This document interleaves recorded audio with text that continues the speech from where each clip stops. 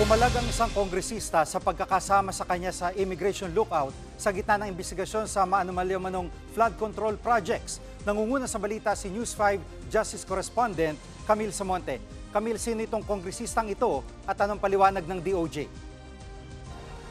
Jiggy, wala raw sisinuhin ang DOJ sa mga personalidad na hiniling na mailagay sa Immigration Lookout Bulletin Order habang gumugulong ang investigasyon sa mga flood control projects.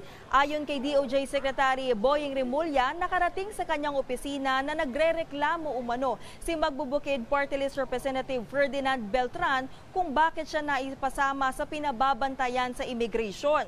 Paliwanag ni Remulla, bahagi ito ng kanilang tungkulin at sinunod lang nila ang listahan na ibinigay ni Senator Rodante Marcoleta. Kasama si Congressman Beltran sa 43 individual na hiniling ni Marcoleta na mailagay sa Immigration Lookout Bulletin Order.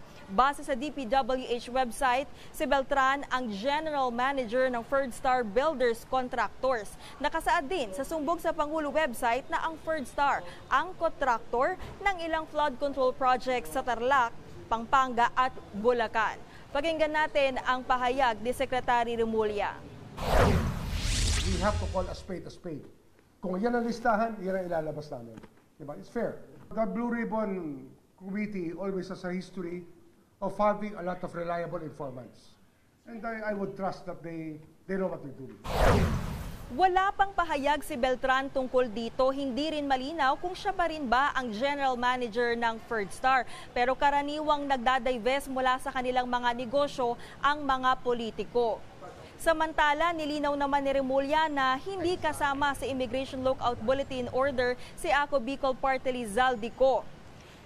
Si Ko ay founder ng SunWest Group Holding Company Incorporated, habang ang kapatid niyang si Christopher Ko ang may-ari ng High Tone Construction. Ang dalawang kumpanya ay kasama sa top 15 contractors na ibinunyag ni Pangulong Bongbong Marcos na may pinakamaraming flood control projects sa gobyerno. Ayon kay Remulla, wala pang humihiling na isama si Ko sa Immigration Lookout Bulletin Order. Balik sa iyo, Jiggy. Yan ang ulat ni Camille Samonte mula sa Maynila.